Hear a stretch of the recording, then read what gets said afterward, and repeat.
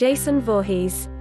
Jason made his first cinematic appearance in the first Friday the 13th on May 9, 1980. In this film, Jason R. E. Lehman is portrayed from the memories of his own mom, Mrs. Voorhees Betsy Palmer, and since a nightmare of the movie's protagonist, Alice Adrienne King. Although the personality makes no modern appearance on screen, he uttered the movie's plot misses.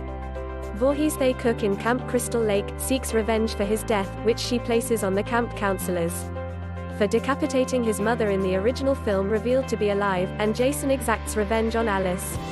Jason, Stephen Dash and Warrington Gillette contributes to Crystal Lake, living there as a hermit and protecting it from most intruders. 5 decades after a group of teenagers arrive to set up a new camp, only to be killed one by Jason, who wears a sack over his head to conceal his face.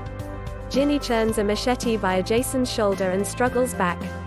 As Ginny is removed in an ambulance, he is left unattended. Back in Friday the 13th Part 3, 1982, Jason, Richard Brooker, escapes to a nearby lake resort, Higgins Haven, to rest by his wounds. At exactly the exact same time, Chris Higgins, Dana Kimmel, returns to household property with some acquaintances. Reclusive Jason and an unmasked kills anyone who wanders to the barn where he's currently hiding. Taking a hockey mask from a victim, he leaves the barn to kill the remaining part of the band. Chris fends off Jason by slamming an axe into his mind, as the police take away her, but she is driven by the events of the night to hysteria. Friday the 13th, the last chapter, 1984, continues the story, using a presumed dead Jason, Ted White, discovered by the authorities and brought to the morgue. Jason awakens to kill an attendant and a nurse, and also that makes his way back into Crystal Lake. A group of adolescents leasing a house there fall victim. Jason then attempts out Trish, Kimberly Beck, and Tommy Jarvis, Corey Feldman Dorr. Even though Trish distracts Jason, Tommy kills him. Friday the 13th, a new beginning follows Tommy Jarvis, John Shepard, who was dedicated into a mental hospital following the events of the final chapter, and has grown up constantly frightened that Jason, Tom Morga, will reunite. After he was murdered by Tommy, Jason's body was cremated. Roy Burns, Dick Wiand, uses Jason's persona to become a copycat killer in the halfway house to which Tommy was transferred. Jason looks through hallucinations and Tommy's fantasies merely in the movie.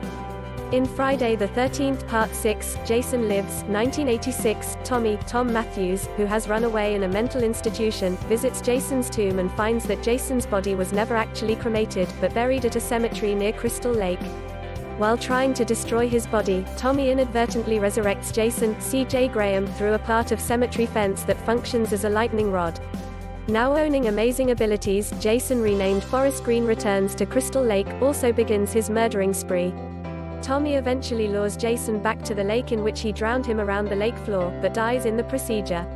Tommy's friend, Megan Garris, Jennifer Cook, ends Jason off by cutting his face with a boat propeller.